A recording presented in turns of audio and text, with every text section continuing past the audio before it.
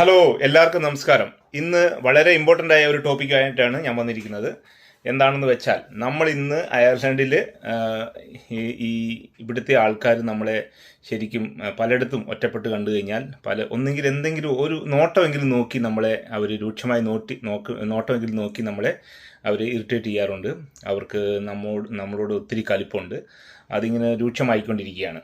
അതൊന്നുമല്ല, അതൊക്കെ ഇപ്പം പലയിടത്തും ഡിസ്കഷൻ ചെയ്യുന്നുണ്ട്. അതൊക്കെ നമ്മൾ പരമാവധി അവരുടെ മീഡിയകളിലൊക്കെ നമ്മളത് പബ്ലിഷ് ചെയ്യാതിരിക്കുക, നമ്മൾ ബ്ലെയിം ചെയ്യാതിരിക്കുക. ഐറിഷുകാർ മൊത്തത്തിൽ അങ്ങനെയൊന്നുമല്ല, എല്ലാവരും തന്നെ നല്ല ആൾക്കാരുണ്ട്. കുറച്ച് അതായത് എല്ലായിടത്തും ഉണ്ടാവുമല്ലോ ഒരു റൈറ്റ് വിങ്സ്, അവരാണ് ഇതിൻ്റെ എല്ലാം പുറകിൽ. അപ്പം നമ്മൾ അവരെ അധികം പ്രകോപനം കൊടുക്കാതെ നമ്മൾ മാന്യമായി തന്നെ ജീവിച്ചു പോവുക. അതാണ് നമുക്ക് ചെയ്യാൻ പറ്റുന്ന ഏറ്റവും നല്ല മാർഗം.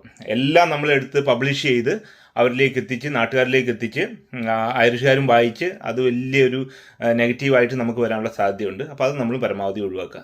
വേറൊരു കാര്യം ഞാൻ പറയാൻ വരുന്നത്, കഴിഞ്ഞ ദിവസം ഒരു ന്യൂസ് വന്നിരുന്നു.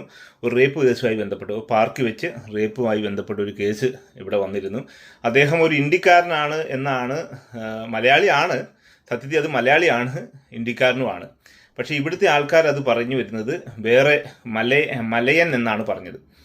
അപ്പം നമ്മൾ മലയാളികൾ അറിഞ്ഞിരിക്കേണ്ട കാര്യം, അവരെ ഉടനെ തന്നെ അടുത്ത ആഴ്ച തന്നെ അത് കോർട്ടിലേക്ക് കൊണ്ടുപോകും. അപ്പോൾ അവൻ്റെ കളറും കാര്യങ്ങളൊക്കെ കാണുമ്പോൾ ഇവിടുത്തെ മീഡിയ തന്നെ ഇവരുടെ റൈറ്റ് വിങ്ങിൻ്റെ കുറച്ച് പത്രങ്ങളുണ്ട്, അതിനകത്തെല്ലാം ഇവ മലയൻ ഇന്ത്യൻ എന്നാണ് എഴുതിയേക്കുന്നത്. അപ്പോൾ മലയൻ ഇന്ത്യൻ എന്ന് പറഞ്ഞാൽ അങ്ങനെ ഒരു ആൾ മലയൻ ഇല്ലെന്ന് നമുക്കറിയാം.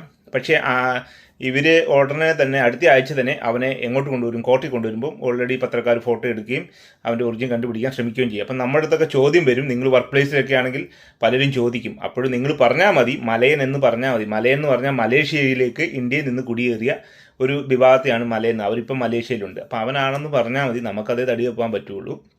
അപ്പോൾ അത് പരമാവധി എല്ലാവരും ഒന്ന് ശ്രദ്ധിക്കുക. പിന്നെ വേറൊരു വളരെ വലിയ ഇമ്പോർട്ടൻ്റ് ആയ കാര്യം എന്ന് പറഞ്ഞാൽ, ഇവിടെ തട്ടിപ്പ് നടത്തുന്ന ഒത്തിരി ടീമുണ്ട്. റിക്രൂട്ട്മെൻറ്റ് തട്ടിപ്പ് നടത്തി ഇപ്പോൾ പാത്തും പതുങ്ങി ഞാനൊന്നും ചെയ്തില്ലേ, ഞാൻ പാവാണേ എന്നൊക്കെ പറഞ്ഞ് നടക്കുന്ന കുറേ മലയാളി ഏജൻറ്റുമാരുണ്ട്. 10-15 ലക്ഷമൊക്കെയാണ് അവർ മേടിച്ചുകൊണ്ടിരുന്നത്. ഇപ്പോൾ ആർക്കും പൈസ മേടിക്കണ്ട, ഇപ്പോൾ എല്ലാം മിണ്ടാതിരിക്കുകയാണ്.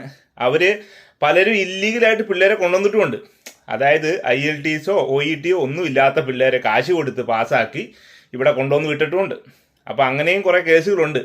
പിന്നെ കുറേ ഏജൻറ്റുമാരുടെ പണിയാണ്. ഇവിടുത്തെ മലയാളി ഏജൻറ്റ് അതിനകത്ത് ഇൻവോൾവ് ആണോ എന്ന് എനിക്കറിയില്ല. പക്ഷേ എനിക്ക് നേരിട്ട് അനുഭവമുണ്ട്. എൻ്റെ ഹോസ്പിറ്റൽ വന്ന ഒരു ആൾ തന്നെ നേരിട്ട് പറഞ്ഞാണ്, അയാൾ വന്നത് ഇവിടെ ദുബായിൽ നിന്ന് UK വരികയും UK നിന്ന് കടൽ മാർഗം നോർത്തേൺ ഐലൻഡ് വരികയും അവിടുന്ന് ഇവിടെ കുടിയേറി റെഫ്യൂജി സ്റ്റാറ്റസ് ആയിട്ട് ഹോട്ടലിലാണ് താമസം. അവർക്ക് കിട്ടുന്ന ബെനിഫിറ്റ് എന്താണെന്ന് വെച്ചാൽ, ജോലി എന്തായാലും 2-3